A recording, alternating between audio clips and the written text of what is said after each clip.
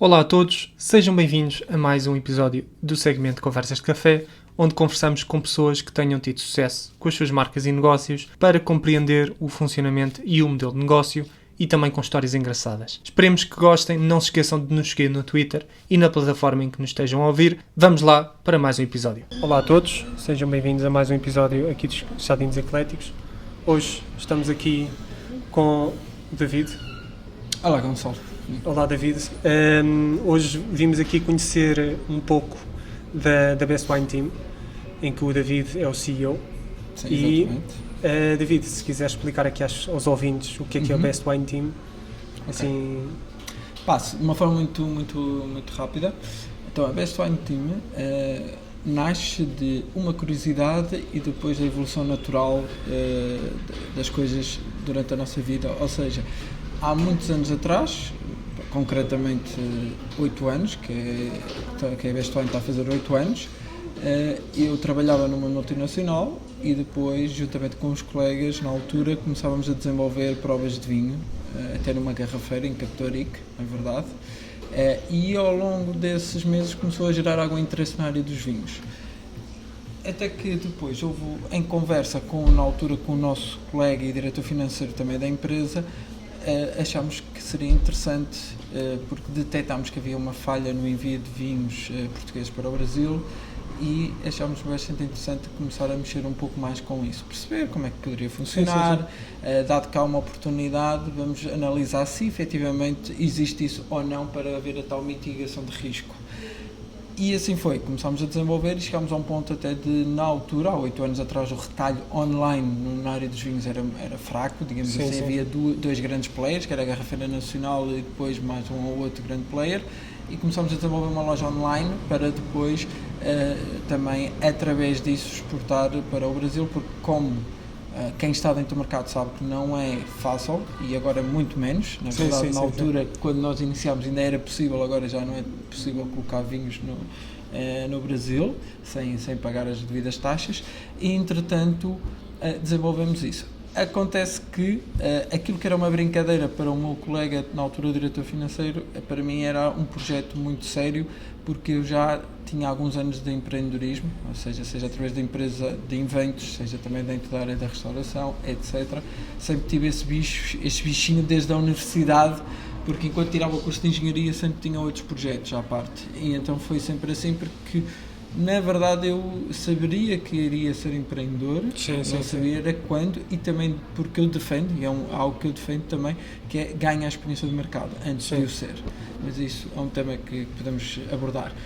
Entretanto, a partir daí eu fiquei sozinho e comecei a desenvolver o projeto, comecei a estudar o mercado melhor e a perceber que a evolução natural para entrar na área dos vinhos seria passar do retalho online para aquilo que a gente chama a representação e a distribuição, onde o foco e onde realmente o vinho é fortíssimo seria no mercado de B2B, ou seja, vender para restaurantes, garrafeiras e supermercados, para depois chegar ao consumidor final. Sim.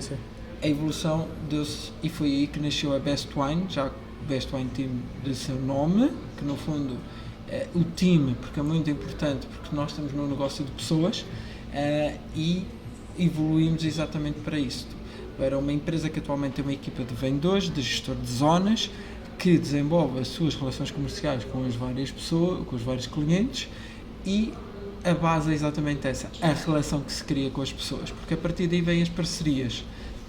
Depois começámos a desenvolver, evoluímos também para a área da produção, que temos uma marca de vinhos própria, e evoluímos também para a área dos eventos e cursos, nomeadamente focado no curso, por exemplo, para quem quer iniciar-se no mundo dos vinhos. Nós temos um curso que numa tarde de sábado também conseguimos dar esse conhecimento à pessoa, as bases para se iniciar no mundo dos vinhos, e desenvolvemos também uma metodologia muito interessante e inovadora para a área corporativa, ou seja, no caso, por exemplo, o Gonçalo, ou alguém que deseja fazer um team building, pode o fazer, porque desenvolvi uma metodologia onde o vinho é o centro, mas juntamente com um amigo / colega que também empreendeu na área de recursos humanos e de team building, desenvolvemos uma metodologia que permite trabalhar o desenvolvimento de competências, Sim, sempre tendo como base o vinho. Ok. E no fundo a Best Wine nasceu um pouco assim, atua nestas áreas Sim, atualmente. sim.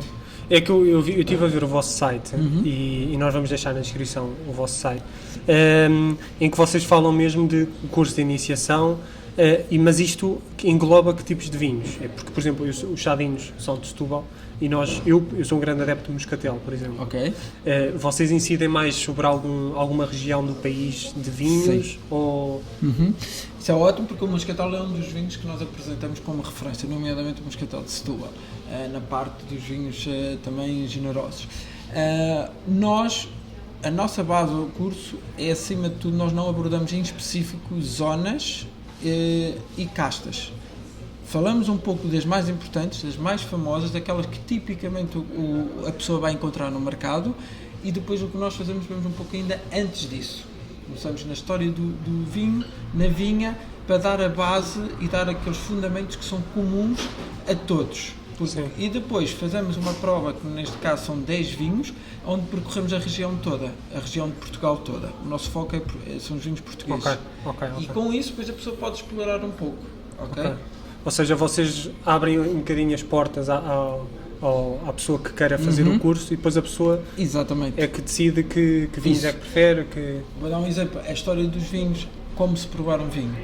Isso é algo que depois o que varia são os aromas que nós identificamos, o nível de acidez, de taninos, etc. Mas isso, depois cada pessoa ao fazer essa análise já vai ter essa base. E tendo essa base já permite analisar o vinho, independentemente de ser de Península de Setúbal, Tejo ou até mesmo um vinho francês ou espanhol. Ok, estou a perceber. É um pouco que fazemos isso, é dar essa base e outra também muito importante, que são os vários mitos que são criados acerca do mundo do vinho. Adoramos esclarecer esses mitos, porque há perguntas muito interessantes e nós basicamente promovemos uma certa interatividade entre pessoas. Por isso é que o nosso curso não tem mais que 8 a 10 pessoas. Ok. E por curiosidade, qual é que é o mito mais conhecido ou mais preferido no mundo dos vinhos? Há uma pergunta que eles fazem muito, que é se a bolha que se vê quando se roda o copo, Sim. se a bolha está associada ao álcool ou não. Eu nunca tinha ouvido falar desses mitos, Exatamente. Mas eu também não estou muito por dentro do mundo dos vinhos. Já estou a dar a conhecer, Sim. já estou desafiado para isto tirar o nosso. Já Depois também há a questão de serviço. Há muitos mitos sobre a temperatura que se deve servir um vinho ou não, porque muitos falam na temperatura ambiente, mas hoje em dia a temperatura ambiente é como estamos aqui, 25, 26 graus. Mas no início desta semana era para aí 18. Exatamente, ou seja, a temperatura ambiente não é toda a temperatura que se deve beber um vinho já, cada vinho tem uma temperatura certa. Não sabia, ok. É o mais importante. Se me perguntares qual é que é o mais importante a servir um vinho, eu diria que a temperatura é aquilo que devemos ter em conta. O próprio moscatel, se não for bebido ligeiramente fresco, a uma temperatura de 10, 13 graus pelo menos, vai só devemos só sentir álcool, certo? Sim, e é um pouco por aí. Depois há vários mitos e é curioso ver, e as pessoas saírem do curso, pelo menos é o feedback que nos têm dado, e é um contributo de nós enquanto Best Wine, por uma razão muito simples. E como em qualquer área de negócio e qualquer empreendedor deve ter em mente, que é, se nós estamos a promover um produto ou um serviço, o que é que seja, todo o contributo que nós possamos dar para a sociedade é bom, porque se o Gonçalo sai hoje mais sabedor, da próxima vez que escolher um vinho, vai pensar e vai procurar aqueles vinhos que nós gostamos de promover, que é onde nós atuamos. Nós atuamos num tipo de vinhos que são vinhos mais exclusivos, mais de edição limitada, que necessitam de uma promoção de marca que não existe. Sim. Okay? E é aí que nós entramos. Ok. E pelo que eu vi no teu LinkedIn, não é a tua primeira vez no mundo dos negócios. Já tens alguma experiência? Sim. Eu diria que a minha experiência acaba por variar um pouco de áreas, ou seja, eu vou do mercado mais tradicional, como disse, esta parte dos vinhos, que acaba sendo um mercado tradicional, o mercado também da restauração, mas também já tive experiências na área das tecnologias, ou seja, eu gosto muito disto porque me obriga a estudar as áreas, obriga a perceber qual é a oportunidade que nós temos ali e trabalhar com pessoas completamente de backgrounds completamente diferentes. Sim. Nós já estive envolvido noutros projetos que depois acabamos por também vender um pouco essa parte, mas era um projeto muito interessante na área das tecnologias de informação, que de alguma forma ligava também aqui os pontos de restauração, ou seja, apesar de eu ter conhecimento no mercado de restauração, conseguimos desenvolver em parceria com algumas empresas líderes de software de gestão um projeto que permitiria ajudá-los a desenvolver as tendências de consumo. E isto é uma ajuda para qualquer empresário na área de restauração que possa analisar, que é uma pergunta muito típica na restauração, que é quando nós temos um restaurante vazio e vemos os outros restaurantes cheios, perguntamos o que é que está a acontecer. Pois. O problema sou eu, Sim. é a nossa oferta, ou é algo que aconteceu aqui na cidade? Coincidência, sim. Exatamente.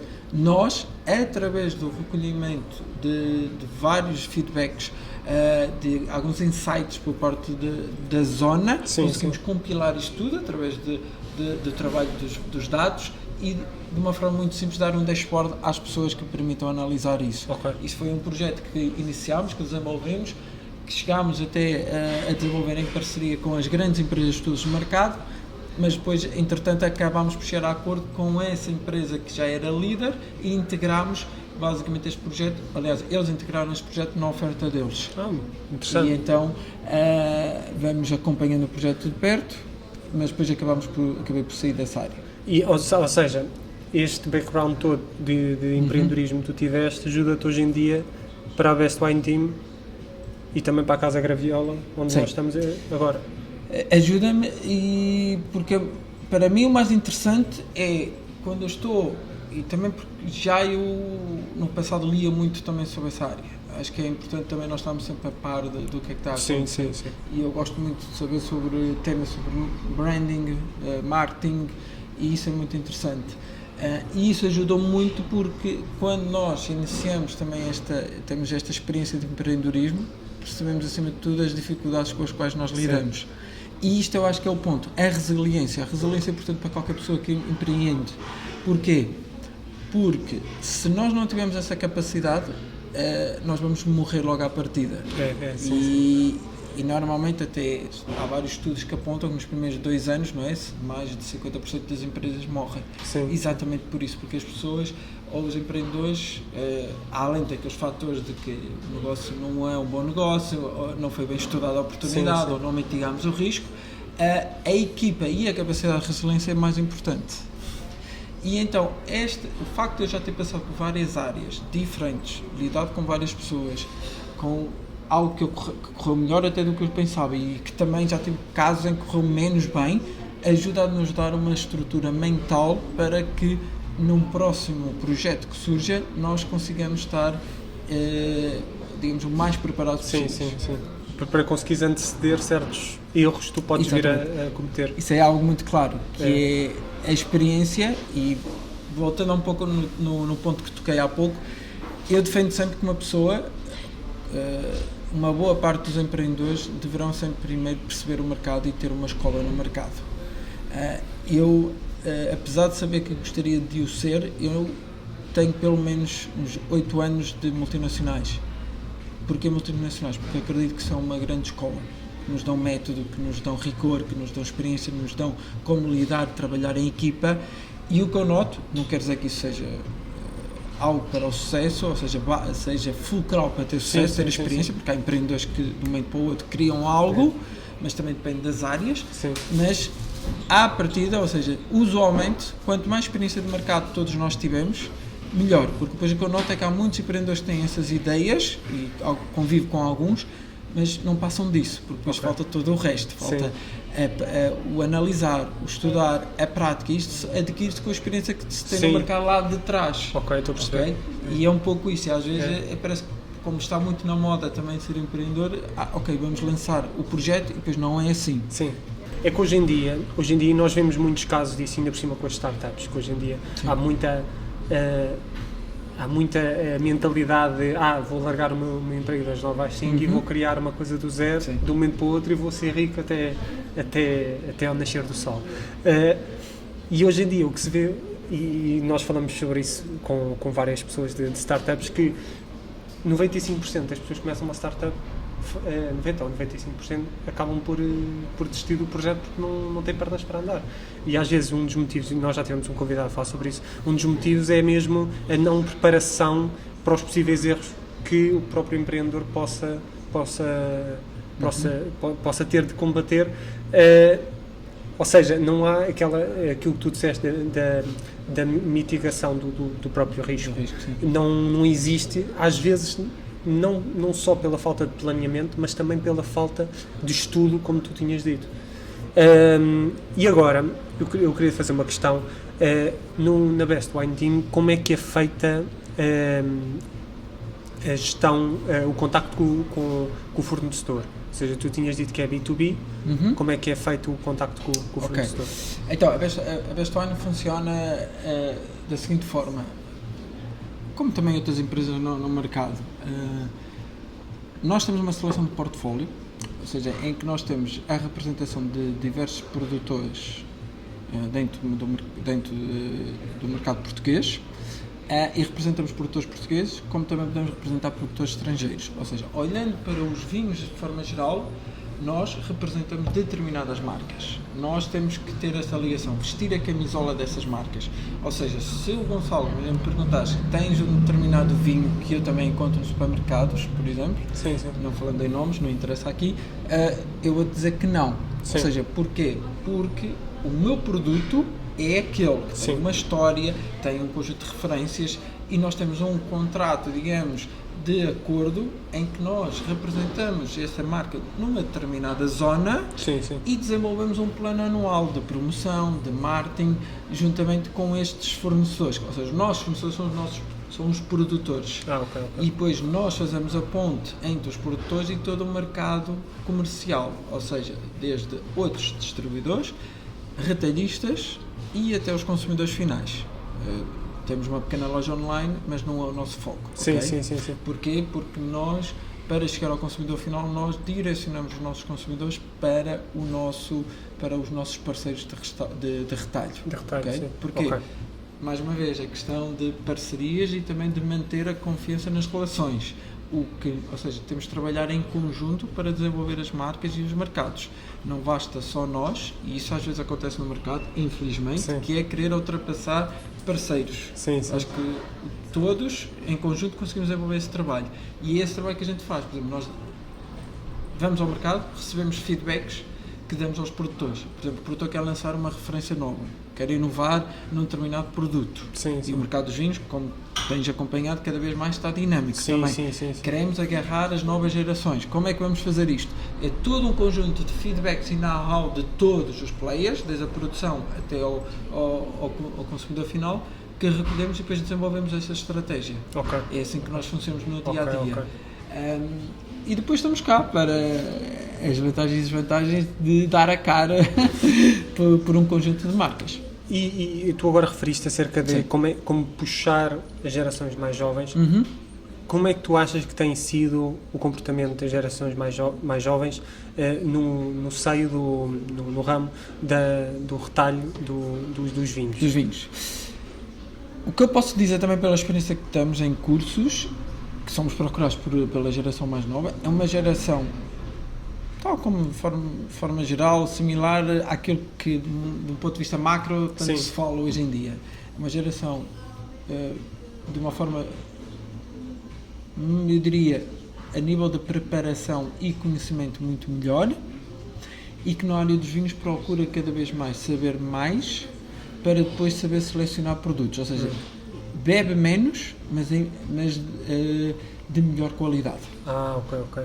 Tirando aquela parte ali dos 18, 19 anos, que quando todos nós passamos por isso, em que seja uma sangria, seja uma garrafa de vinho, é igual. Mas vamos assumir que a partir dos 23, 24, quando nós recebemos o nosso primeiro ordenado de tempo, bebemos melhor, mas em menor quantidade. Enquanto, por exemplo, eu já olho para os meus pais e por exemplo, para os teus e avós, qualquer copo de vinho servia. Pois. Ou seja, eles gostam de beber o vinho ainda é visto como acompanhar, algo que acompanha a refeição. E era independente do vinho. Por exemplo, há ainda um grande mercado das boxes, né, que é o vinho barato, ainda há. Mas se formos analisar, e os estudos dizem que quem consome isso normalmente são pessoas já mais velhas. Isso quer dizer que o facto de estar a crescer a nível de qualidade de vinhos e haver muito mais referências no mercado que hoje em dia tu vês, é sinal de que aquela geração, eu diria, dos 23, 24 até aos 40 anos é o que estão a consumir. E eu acho que é isso tem feito com que o mercado dos vinhos cresça, mas também porque tem havido uma atenção por parte do mercado. Vou dar um exemplo muito claro, o próprio Moscatel de Setúbal, onde tu és também, mas mais na questão do vinho do Porto. O aparecimento do vinho do Porto Rosé, há uns anos atrás, foi no sentido de ir encontrar novas gerações. Isto porquê? E há outro, como por exemplo, agora faço o Pink Tonic, ou mesmo o Porto Tónico, que é feito com vinho do Porto branco seco. E há mais umas quantas novidades agora que tenho vindo a desenvolver. O facto de tentar introduzir o vinho do Porto na carta de coquetéis dos bares. Sim. Há muitos bares com coquetéis à base do vinho do Porto. Sim. Porque há um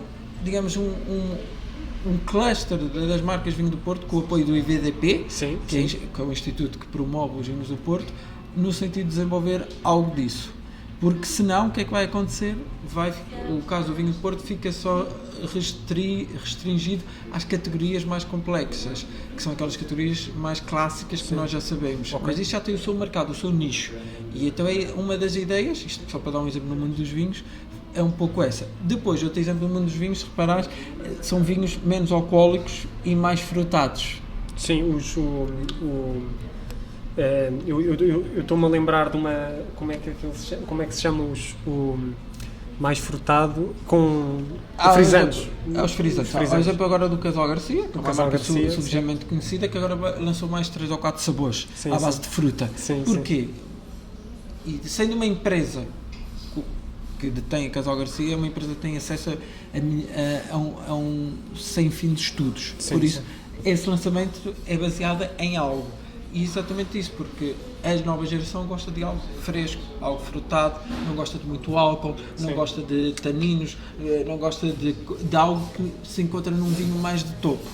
E isto é uma forma porque a nova geração, no meu entendimento, começa a beber aqui, quando chegar aos 30, 35 anos, tendo conhecimento, começa a beber os tais premium e os outros tipos de vinhos. E é um bocadinho a evolução que é feita no mercado.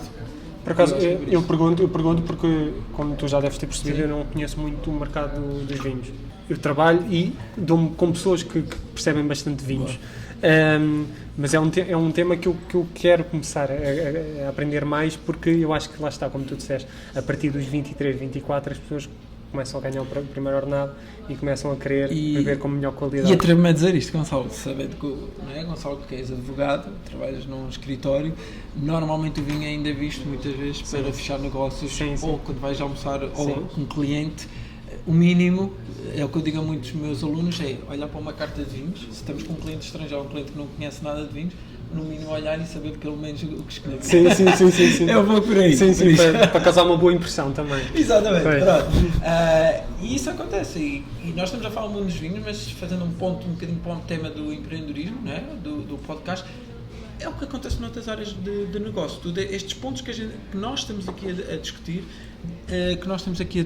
é um pouco isso, ou seja, já falámos, análise de mercado, saber lançar algo, inovar, mitigar o risco. Exatamente, mitigar o risco, planear, perceber, é um bocadinho isso. E depois no final, aquilo que eu acho que é mais importante em qualquer área, qualquer empresa, são pessoas. Pois, ok. Pois, tinhas falado do Best Wine Team, é a parte do time. E o nome está aí ligado. O nome está aí ligado. Ok, e nós fazemos esta pergunta a todos os convidados. Sim. E tu não vais ser exceção, David, mas gostavas de ter dito alguma coisa a ti próprio quando começaste com a Best Wine Team? Ou seja, sabendo o que sabes agora, algum conceito que tu gostavas de ter dado a ti próprio no início do Best Wine Team quando começaste? Sei. Algo que eu noto, que o caminho foi muito mais difícil porque comecei do zero, sem grande apoio de investimento. O conselho que eu daria, e eu percebo que há muitas pessoas que querem desenvolver os seus negócios, que têm uma certa aversão também a ter sócios. Eu não estou a falar só propriamente de sócios, mas o caminho que eu tracei até agora poderia ser muito mais simplificado se eu tivesse um outro tipo de apoio a nível de investimentos. de uma forma muito concreta, se eu tivesse uma maior capacidade de investimento, até agora, se calhar teria uma equipa maior, teria uma equipa onde eu pudesse dar melhores condições de trabalho, poderíamos buscar mais portfólio. Sim. E poderíamos, se calhar, abrir outro tipo de mercados. Okay. Hoje em dia, e nós vemos isso também, por exemplo, nos negócios que mexem com tecnologias, mexem com apps, se não houver um fundo, não houver investimento, não houver dinheiro disponível para construir marca, demora muito, ou demora muito.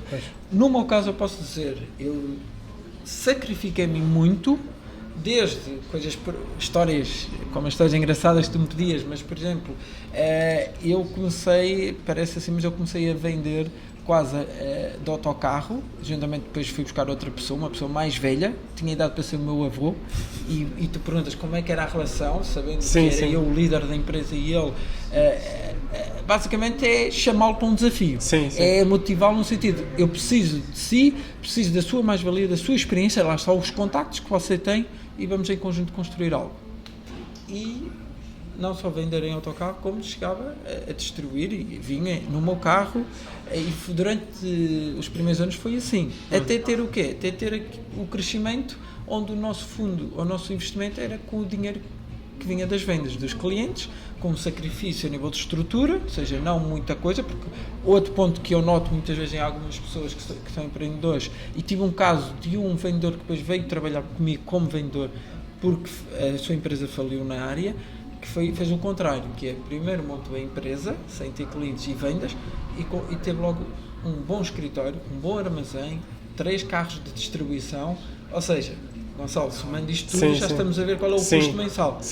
E depois esqueceu-se da parte que é os clientes. Pois. Ao final de meia dúzia de meses, faliu. Okay. Então eu fiz ao contrário, mas lá está. Porque fui obrigado. Eu estou a dizer que eu teria feito, gostaria, se tivesse tido essa oportunidade, como ainda agora tenho, não vou, porque a empresa está num projeto, tem vários projetos em desenvolvimento, provavelmente se tivesse outra capacidade poderia ter, mas também há muitos empreendedores que procuram isso. Eu também sei que depois, para receber, também temos que abdicar de algo. E eu tenho que perceber quando é que é o momento para isso e se o devo ou não, ok? Eu diria um pouco isso, mas também deixa-me dizer, para concluir, que o sacrifício, a resiliência que me levou até aqui também foi muito bom para o desenvolvimento enquanto pessoa. Ok. Então, eu agradeço por partilhares isso, o teu percurso, porque lá está, como eu estava a dizer antes do episódio, para as pessoas saberem também que o empreendedorismo não é da noite para o dia, que não é uma coisa pura sorte, uma coisa uma coisa facílima de se fazer, não é? Porque há muitos sacrifícios. Exatamente, isso é um ponto muito importante, porque, como dizias há pouco em off também, que é lançar uma empresa, todos nós temos o objetivo de lançar uma empresa, porque sabemos que dentro de pouco tempo vamos ganhar dinheiro, ter aquela vida fantástica que normalmente aparece nas séries e nas redes sociais. E nas redes sociais, exatamente. Eu não tenho problemas em dizer, e digo isto quase como mote, quando também estou com alguns empreendedores, partilho isso. E isto não é para desmotivar, é o contrário. É perceber qual é o caminho que nós temos. Porque já para ser empreendedor pode-se aprender, é como ser líder. Podemos aprender a ser melhores líderes. Mas há características que são inatas. Certo? Sim. Pronto. E o que acontece hoje em dia é, se me perguntares, por exemplo, Best Wine, se já ganhei milhões com a Best Wine ao final destes anos. Não. Porque tudo o que eu ganhei é para investir. Porque exatamente aí é que está a questão do empreendedor e de querer ter uma visão de negócio, que é, eu vou investir para crescer. O projeto Garaviola, que como também sabes, nasce exatamente porque houve investimento antes, houve poupança daquilo que nós ganhávamos, e a minha visão era, se eu já estou próximo do mercado de restauração, identificámos esta marca, que não é uma marca portuguesa, porque não desenvolver uma parceria e trazer algo de novo ao mercado. E foi assim que surgiu o projeto. Agora, o que é que acontece? As pessoas têm que estar preparadas, porque ao longo destes 7, 8 anos eu abdiquei de muita coisa. Posso, de uma forma muito clara, até eu diria quase que tinha um título para um dia, um livro, que é não quer dizer, há muitas pessoas que conseguem ser empreendedoras e criar a sua vida pessoal. Eu, vou ser franco, eu tive que abdicar muito da minha vida pessoal para desenvolver o projeto, porque Sim. lá está, estava do zero, tudo que eu conseguiria era focar na minha parte profissional, mas isso sou eu também que sou muito dedicado à causa. Sim, sim. Agora, o que eu vejo, tenho muitos colegas e amigos que querem ser empreendedores e são, mas depois esquecem-se que depois o trabalho continua depois das 6 da tarde, os fins de semana não há, as noites não há, e acima de tudo depois quando se começa a gerir pessoas, nunca estamos descansados, e algo que todos os empreendedores vão perceber isso, ao final de uns quantos anos, o que nos ocupa mais tempo nos negócios é gerir pessoas e não propriamente gerir o produto e o serviço. Ok, também pensamos nele, Sim. mas a ideia que eu quero passar acho que está Sim, perceptível. Estes são os temas mais importantes. É porque a gestão de pessoas normalmente, porque lá está, tu começaste desde o início sozinho, Certo. e depois contactaste Sim. com a pessoa mais velha que tinha idade para ser foi teu a avô. primeira que E do nada, tu estás habituado, tu já tens a Best Wine Team há 7 ou 8 anos, estás habituado a trabalhar sozinho, ao teu ritmo, Sim. e de repente começas a ter pessoas para gerir, e eu acredito que tenha havido uma certa adaptação da tua parte. Claramente. Que às vezes, porque isso acontece nos empreendedores, quando começamos não, porque eu de momento não estou a gerir, não giro Vai ser, pessoas, de certeza. mas sim, se correr tudo bem sim, começar a gerir pessoas e começar a perceber, ok, esta pessoa reage assim, ou quando eu digo isto, não está muito disponível para fazer aquela meia hora extra, mas faz bem aquilo, e faz bem aquela coisa que eu também precisava. Essa gestão, acho que no início e tu disseste, às vezes não, é sempre a coisa mais fundamental. difícil. E vou dizer, até há bem pouco tempo, não é? Ou pouco tempo depois dos negócios, perguntas como aquilo que estás a dizer, que é preocupações como contratos, férias, horários das 8 horas diárias, os fins de semana ou folgas, né, etc. As pessoas ausentarem-se por baixas, ausentarem-se por isto, foi exatamente isso que antes, quando eu tinha uma equipa mais pequena focada a desenvolver o projeto, nós não pensávamos nisso, porque havia um compromisso, não é? Pois. Pronto. Se bem que eu tenho uma regra de gestão para mim, que é, eu gosto de dar muita autonomia às pessoas. Que eu acho que, lá está, é algo que neste momento o mercado de trabalho está a mudar um pouco nesse sentido, que é, não me interessa, Gonçalo, tipo, o horário que fazes, não me interessa, nós trabalhamos por objetivos, e eu sei que se o Gonçalo é autónomo, responsável e apresenta os resultados, não me interessa se estás, tipo, 3 dias em casa, whatever. A ideia é muito, desculpa de interromper, mas a claro. ideia do teletrabalho de, não me importa as horas em que tu entras ou que sais, o que me importa é que no final do dia me apresentes aquele trabalho que eu pedi. Exatamente. Felicidade hoje em dia, ou seja, equilíbrio pessoal e profissional, isso eu acho que é a grande mudança que estamos a verificar e que faz todo o sentido. Por isso é que para mim esses temas de 8 horas, tudo bem que no restaurante eu tive que aprender isso, porque no restaurante é um modelo diferente da outra área, ok? Sim. E de outras áreas, por exemplo, tecnologias de informação, se for preciso, eu vejo também pessoas, não é, que estão o fim de semana todo no computador a trabalhar, mas cumprem e depois durante a semana desenvolvem. Então, eu acho que o equilíbrio pessoal, o equilíbrio mental é fundamental e físico também. É uma coisa que eu aconselho a todos, exatamente, é sempre ter uma boa alimentação e fazer exercício físico, acho que é fundamental para quem é, para qualquer pessoa, mas quem está, digamos, tem que pensar, tem uma atividade, digamos, de gerir uma empresa.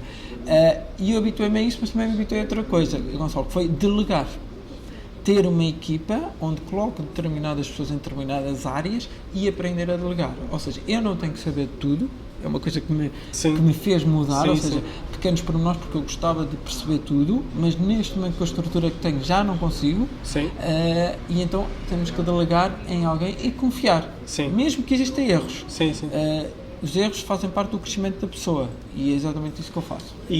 Mas essa questão de delegar, eu já falei várias vezes com o João, em episódios só de nós dois, e é uma das coisas que eu acho que é das coisas mais importantes do empreendedorismo, porque a delegar não é só questão de, ok, a pessoa sabe mais do que eu, que isso é totalmente normal, há alguém mais bonito que nós, há alguém mais musculado que nós, há alguém mais inteligente que nós, não somos o melhor ser humano que apareceu no planeta Terra. Também a questão de delegar por causa da gestão do tempo. que o dia tem 24 horas, nós queremos fazer outras coisas, às vezes com uma maior prioridade do que certas coisas que nós no início fazíamos porque não tínhamos ninguém, mas agora já arranjámos alguém e podemos delegar essa tarefa, não só pela questão da qualidade que depois o próprio trabalho pode aparecer feito, mas também a questão da gestão de tempo, porque há muita gente, porque eu sigo um youtuber que é o Ali Abdal, que ele fala muito sobre esta Delegate, que é a ideia de delegar, porque ele começou sozinho com o canal do YouTube e depois contratou um editor de vídeo. Começou a ver que, o editor de vídeo eu tomava 4, 5 horas para editar um vídeo, agora essas 4, 5 horas posso-lhe pagar, mas essas 4, 5 horas já não tenho de despender para isso, posso despender para outras coisas mais importantes. Ou de coisas que eu precisava de fazer, que agora já não me tenho de preocupar com isso. E acho que é uma das principais coisas que se pode dizer aos empreendedores hoje em dia, é começar a pensar na delegação, porque eu acho que tu também concordas que é uma coisa que salva imenso tempo. Exatamente, sem dúvida. E tocaste um ponto muito interessante. E há outra que eu acrescentaria aí, por exemplo, a questão da edição de vídeo, que é, tu editas o vídeo porque tens que editar, porque não tens ninguém ainda. Sim. Mas no dia que tens essa possibilidade, é preferível estar a alguém que seja expert na edição de vídeo, que faz aquilo em 5 minutos, aquilo que tu demorarias em meia hora. É mesmo. E é exatamente isso que eu senti no último ano, porque pus como objetivo pessoal ganhar mais tempo também a nível pessoal e também para pensar em algo que às vezes os empreendedores esquecem, que é, muitas vezes nós estamos enrolados, que é a mesma palavra, o mesmo termo, em questões operacionais.